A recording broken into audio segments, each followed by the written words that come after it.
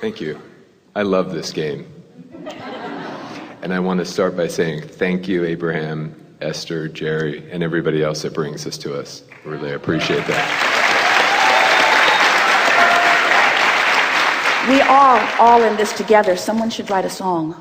Yeah, absolutely.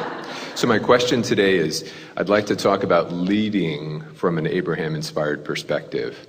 I'm an entrepreneur, start and build businesses, and I really would love to find, we talk a lot about individually, but how can I take that into the corporate environment?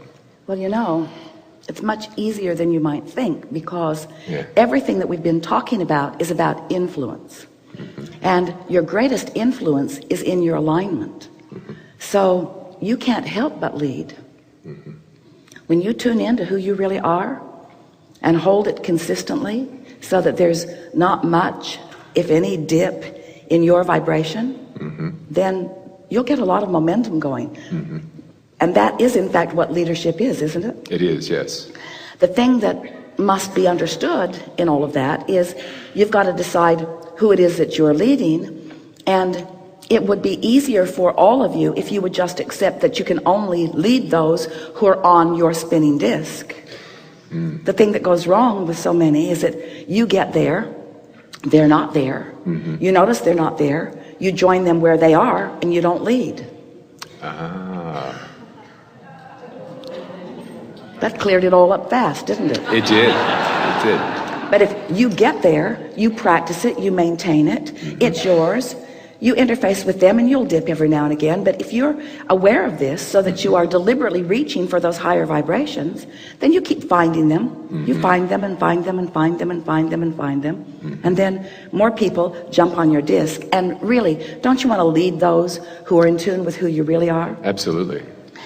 It's really a good time to talk about healing or teaching or mentoring in this context, because what it always is leading. Leading by the clarity of your example, or leading with the clarity of your vibrational momentum. Have you ever had an experience where you had decided that you were going to lead, and you had it all lined up, and then you witnessed something that sort of got your goat a little bit? So you lost your alignment, and now you're struggling to lead, you're efforting to lead, and it seems like the inmates are running the asylum. Yes, I have experienced that. So it's all about what's going on with your vibration, always, isn't it? It is, yeah. Something more? So then, to that end, the momentum, so if I jump into a business that's already going, it'll have a certain momentum to it as well.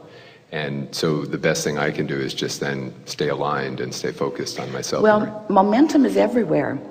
What you're wanting to do is more consciously exercise your choice about which disc you jump onto. And the more you practice in the privacy of your own mind, it may sound odd, but true leadership is a rather solitary experience. Indeed.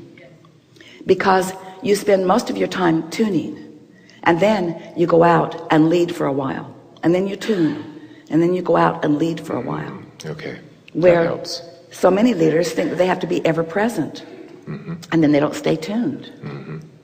Yeah, that's the struggle. So I appreciate that. That helps. Thank you. Yes, indeed.